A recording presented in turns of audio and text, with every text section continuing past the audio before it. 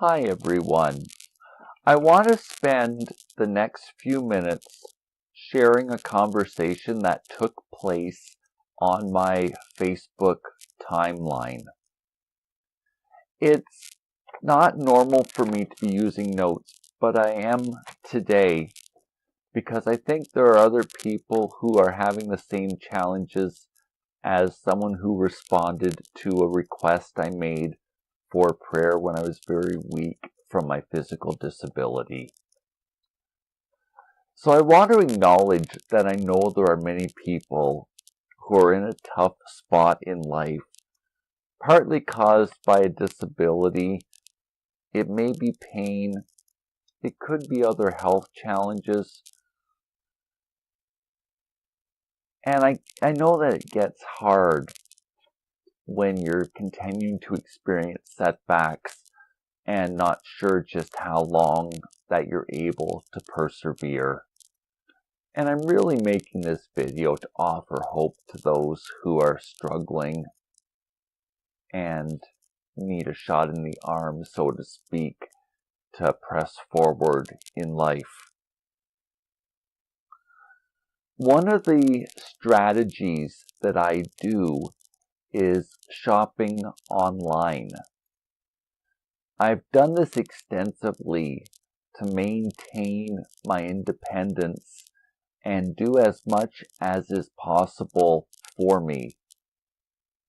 The reason why I turned to online shopping is partly because of the chronic pain that I experience, and then the logistical challenges of getting out with the wheelchair. Maybe the wheelchair battery needs charging, maybe the wheelchair needs maintenance.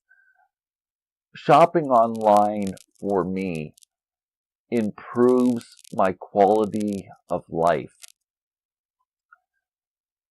I also do my research online before I go out shopping. And by this I mean comparing products, selecting what I'm going to purchase before I leave my home, and deciding on what stores I'm going to go to. And why I do this is because my energy is like a wind-up toys doll. I have to be careful that I don't get myself out of my home when I'm going to run out of energy. And I wanted to share this for those of you who are struggling and trying to figure out how to manage their disability. I do believe in God. I understand that not everyone's going to, but I would like to suggest to you that God's faithfulness can be experienced during the challenges that come with a long-term disability. And it's not that you're going to be immediately getting over the situation that you're in, but having the grace and endurance to test it, as well as generally being happy and having the stamina to endure whatever is wrong with your body. You know, it's a real roller coaster of a journey that you go through when you're having either a physical disability or dealing with chronic pain. I do remember what my life was like before all this happened to me, and there's a whole lot more that I could be doing. The reality of it, though, is when you're in a situation like this, time and effort becomes a commodity where you're needing to carefully choose what you are engaging in. And so it becomes a situation that what you're doing in life has a lot more meaning to it, whereas before you could just go and do anything and everything. Choosing what you're wanting to do and making a handful of decisions that lead to doing things that matter in life instead of just passing the time and not having done anything rewarding in life. I hope that makes sense. The comment was said to me that it's hard to know where to start when you're heading out in life and you're dealing with a set of challenges. And I do understand that. It can be so overwhelming. Back in 2009 is when I started relying on a wheelchair for my mobility. And what it meant was learning how to do life all over again. I literally, it was like going through my teen years again, learning how to cook and clean. The logistics of shopping I had to learn over again. It was just like starting life all over again, effectively hitting the reset button. And so I relearned life by what is needed in day-to-day life. And then I started working on the other stuff that makes life fun and enjoyable. So I needed to learn the stuff that's monotonous, how I'm going to brush my teeth, comb my hair, get a meal ready, make my bed, and sweep the floor and similar stuff like that before I worked on how I was going to manage life outside of my home. And I'll be honest with you that it didn't happen as much or as fast as I would like. But once I got the hang of it, I was able to do stuff without really having to think about the logistics of how it would happen for me.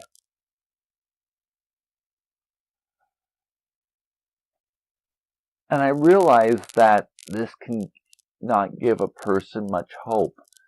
But if you think of it as a child putting one leg in front of the other when you're taking your first steps, there may be times when you're going to fall down, but if you'll keep persevering, it will happen for you. The two biggest things that have helped me are, part of it is doing online research. This is gleaning from other people's experiences, asking questions in various Facebook groups of how to do something. I've also done research online for my disability, but when you're researching online, you have to filter out what is for you and what is someone else's symptoms that don't apply to you. The other thing that helped me a lot was a consultation with a sports injury doctor. Now I realize this isn't going to help everybody that will see this video, but having someone that's a specialist in their field, even just to sit down and talk when maybe you're not going to be made well or recover, but sitting down and talking of how to do things and managing pain or helping with the symptoms that you have, maybe just as well as a conversation that would normally lead to a recovery. And I want to encourage you to chew on that for a bit, because I've had these conversations with doctors where it's not going well. There comes a point where you have to accept that life's not going back to how it was, and to focus in on what you have now and then make the best with the hand that you have to work with.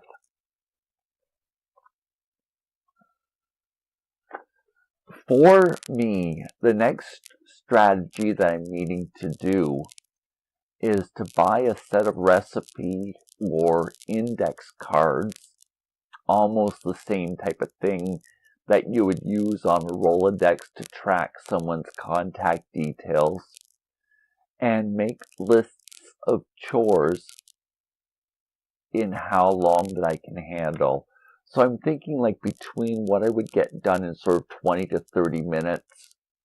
So it won't be exhausting, but I will have to push myself to even get that much done. And I think this is how it's going to have to be for me to maintain my independence. Otherwise, I'm going to be back to needing someone coming in doing cleaning for me. I'm wanting to try this myself to see if I can manage it. And it's trial and error that's helped me in managing the lifestyle that this comes with.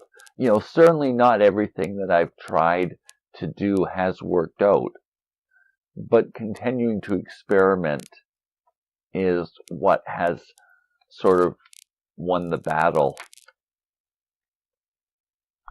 I realize that there's hundreds of other things that you may want to be doing. If you can resolve to yourself and make the best of your circumstances, God will give you special moments that would not have otherwise happened if you had not experienced the disability or the challenges with your body. And it's part of why I've been able to make so many videos online sharing these with others. You know, I have a whole playlist of things that legitimately would not have happened if I had not begun experiencing my physical limitations as an adult. And I did want to also add that I understand there are going to be people my age that are able to get up in the morning and their life is normal to what I was once dealing with. Even so, the lifestyle that I'm now in has got away from the, just the madness or the non-stop activity. And it helps you think through what is important to you and what's not worth putting time, energy, and money into. And I say this all for a comment that this person I was talking to on my Facebook timeline, to say that she acknowledged that if it had not been for the accident experienced, she would not have become the person that she is today. And even so, even after having endured an accident, she still has things to offer in life. And I think it's the same if you'll stop and think about it for yourself. It may be developing a different skill set, and that's okay. But there is still a niche in life for you to have and to enjoy. You know, I think of the 2 9-year-old boys that live just down the street from me. You know, they're loving spending time with me, showing me their bikes or various card collections they have. They've also wanted me to watch them playing games on their tablets. And last week they wanted me to see their snow fort. I just want you to know that there are things that you can do that you'll find enjoyable and rewarding that you would not have been able to do had it not been for your life turning upside down and then relearning how to live. Going through the challenges of a physical disability refine your character and give you grace and empathy for other people who are struggling. And that in itself is very precious and a worthwhile character trait. Why I bring this up is the one example I've shared different times. Before the challenges started as an adult, if someone said to me, I have a migraine headache and I'm having a hard time today because of it, I would believe them because of I doubt someone would lie about having a migraine. But then having experienced the set of challenges with this, it gives a far deeper understanding of what someone's going through and being able to relate. And there's been many times when that's all that someone's wanted, is to know there's someone out there that knows what I'm going through. And it's part of why I think that joining a Facebook group or some other forum is so valuable. Having a chance to talk about what you're going through with people who are going to understand you, and you're not going to have to explain lots and lots for someone to get where you're at in the here and now. Part of this, though, is that we are in our bodies and we can't escape day-to-day life. And so I challenge you to let a few people in your life, in the community where you live, know what you're going through. So when you need to call on someone for help, or even if it's just emotional support, you're able to do so, and you have the peace of mind that there is someone there that you can talk to about what you're enduring. And I'm saying this so you won't feel overwhelmed in life, that no one knows that I'm suffering and that no one knows how to help me. And I want to encourage you to really, really think about this and consider applying it to your life. It's not always easy to talk about what you're going through. But when there's someone there that knows, some of the heaviness that you may experience will no longer be affecting you, and instead help you to keep going and improve what you're able to do in a day. I've had a few friends that have their spouse struggling with depression, and I've come to realize that someone's mind will stop them a lot faster than a set of physical limitations. You know, with the physical limitation, you can learn how to do things differently. Like I've come to rely on tools that would normally be for a janitor for my housekeeping. So you can learn to do things differently. if your mind is beginning to stop you, you can begin freezing in life and not be able to engage in what you're needing for day-to-day life. So I don't want to see you end up paralyzed where you're not living out what your physical limits are. It takes a lot of courage to share the emotions behind what you're going through and the struggles that come with a long-term disability. The friendships and the support that would come from talking to a counselor and helping give you a skill set to cope with it, though, is one of the tools in managing a long-term disability and maximizing your independence.